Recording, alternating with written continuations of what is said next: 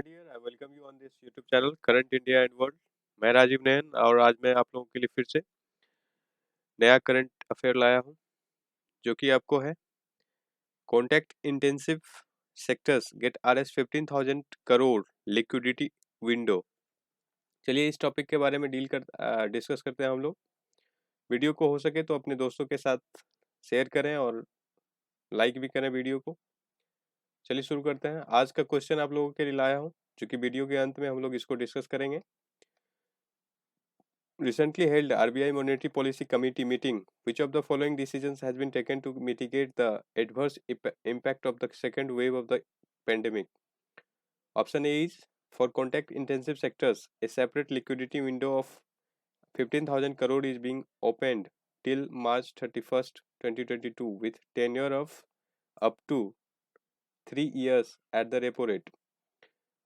Option B is to expand the coverage of borrowers under the scheme by enhancing the maximum aggregate exposure threshold from 25 crores to 50 crores for MSME, non-MSME businesses, small businesses, and loans to individuals for businesses purposes.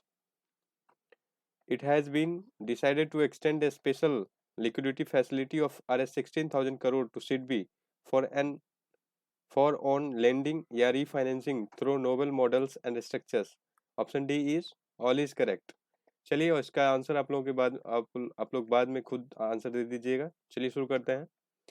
Y in news recently आपका जो है so RBI का आपको monetary policy committee का meeting हुआ है और जो डिसीजंस लिया गया है सेकेंड वेव के कारण जो इकोनॉमिक लॉकडाउन था डिफरेंट पार्ट ऑफ इंडिया, उसके उसके जो इम्पैक्ट हुआ है उसको एसेस करने के लिए जो आरबीआई का मॉनेटरी पॉलिसी जो स्टेप लिया है उसके बारे में हम लोग एक नज़र देखते हैं। एक आपका स्टेप लिया गया है on tap liquidity window for contact intensive sectors. Contact intensive sectors में आपको आ जाता है, आपको आएगा सबसे पहले होटल्स एंड रेस्टोरेंट्स आएगा आपको, tourism travel agents, tour operators and adventure heritage facilities, aviation ancillary services, ground handling and supply chain, and other services that include private bus operators, car repair services, rent a car service providers, event या conference organizers, spa clinics and beauty parlors या saloons।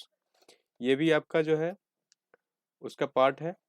ये सभी आपको जो है सो contact intensive sectors के अंतर्गत आता है और इसको जो है सो आरबीआई 15,000 करोड़ रुपीज जो है सो लिक्विडिटी के लिए एलोकेट किया है फंड, जिससे कि ये जो सेकेंड वेव ऑफ कोविड-19 जो हुआ है इसके कारण ये ज़्यादा अफेक्ट हुआ है। इसको जो है सो रिवाइव करने के लिए ये इतना अमाउंट का लिक्विडिटी दिया जाएगा, जिसमें आपको ये रेपो रेट पे ये लोन दिया जाएगा। इसको रेपो रेट के अंतर्गत आपको आरबीआई जो है सो मनी जो है सो बैंक को लेंड करती है और रिवर्स रेपो रेट के अंतर्गत आरबीआई जो है सो मनी को बैंक से लेती है फिक्स टेन्योर के लिए। Enhancement of the exposure threshold under resolution framework 2.0 या 2.0 भी बोल सकता है, with review to enable a largest set of borrowers. इसको जो है सो लार्जेस्ट सेट ऑफ बोरोअर्स को बेनिफिट करने के लिए आपको एक रिजोल्यूशन फ्रेमवर्क 2.0 लाया गया है, जिसके तहत आपको जो पहले एमएसएमई हो गया या फिर स्मॉल बिजनेसेस हो गया या फिर इंडिविजुअल्स जिसको बिजनेस पर्पस के लिए लोन लेना है उसको 25 करोड़ रुपया तक मिलता था, अब उसको एक्सटेंड करके 50 करोड़ तक कर दिया गया है। नेक्स्ट आ जाइए। नेक्स्ट जो स्टेप लिया गया है special liquidity facility to SIDBI. SIDBI जो है सो एक फाइनेंशियल इंस्टीट्यूशन है जो कि इंडस्ट्री वगैरह को फाइनेंस करती है अपना इंडस्ट्री एक्सपेंड करने के लिए। ये जो है सो फाइनेंस, ये सिडबी को जो फाइनेंस दिया गया है आपको, सिडबी का फुल फॉर्म है आपका small industries development bank of India. इसको इससे पहले जो 50,000 करोड़ रुपीज अप्रैल 7 2021 को दिया गया था ऑल इंडिया फाइनेंशियल इंस्टीट्यूशन को, उसके तहत आपको 15,000 करोड़ फॉर स्मॉल इंडस्ट्रीज को दिया गया था, और अब फिर जो है सो आपको 16,000 करोड़ सिडबी को दिया गया है, लेंडिंग या refinancing through novel models and structures. Next आ जाइए,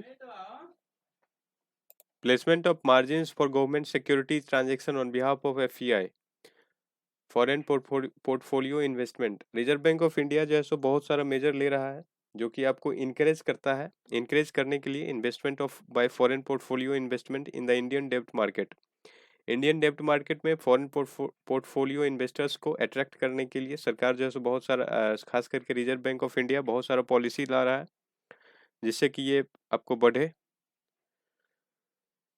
इसके तहत इसमें जो आपको लिया गया स्टेप जो कि मार्जिन देगा, place margins on behalf of their FPI clients for their transaction in the government securities including state development loans and treasury bills. Next आ जाइए, सिक्योरिटी। सिक्योरिटी क्या होता है, सो देख लीजिए थोड़ा सा। Security is a tradable financial assets, जो कि आपको कोई भी अथॉरिटी जो है सो इशू करती है मनी लेंड करने के लिए, मनी बोरो करने के लिए, सॉरी।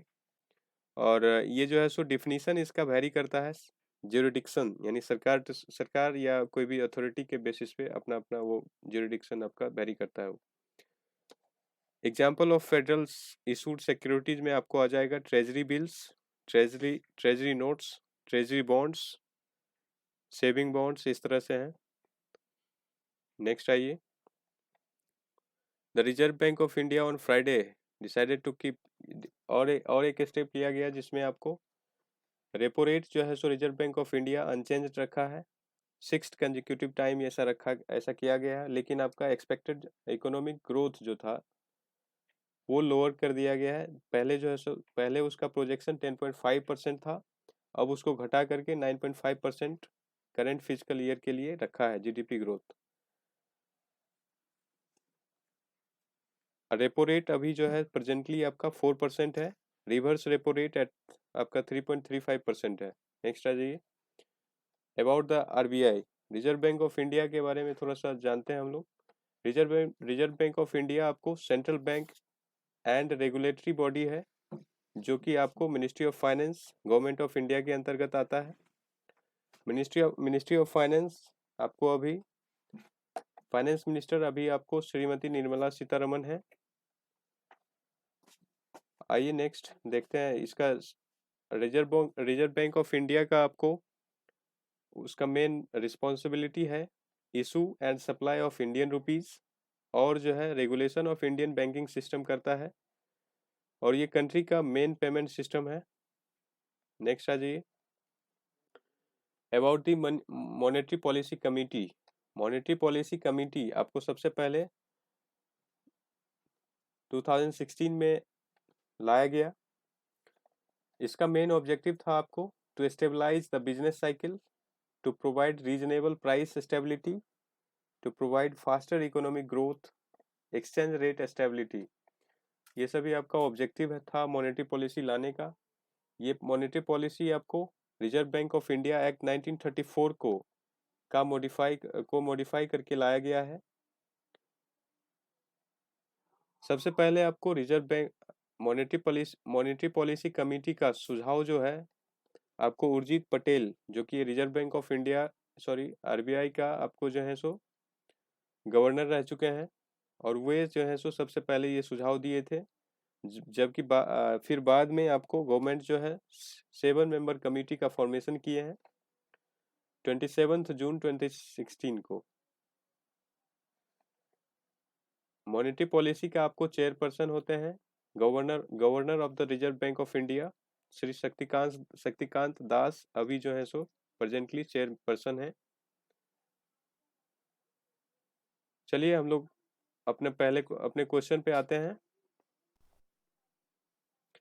हम लोगों का क्वेश्चन जो था इसका ऑप्शन आपका D is correct, all is correct, जो कि आप लोग वीडियो के एक्सप्लेनेशन में देखे होंगे।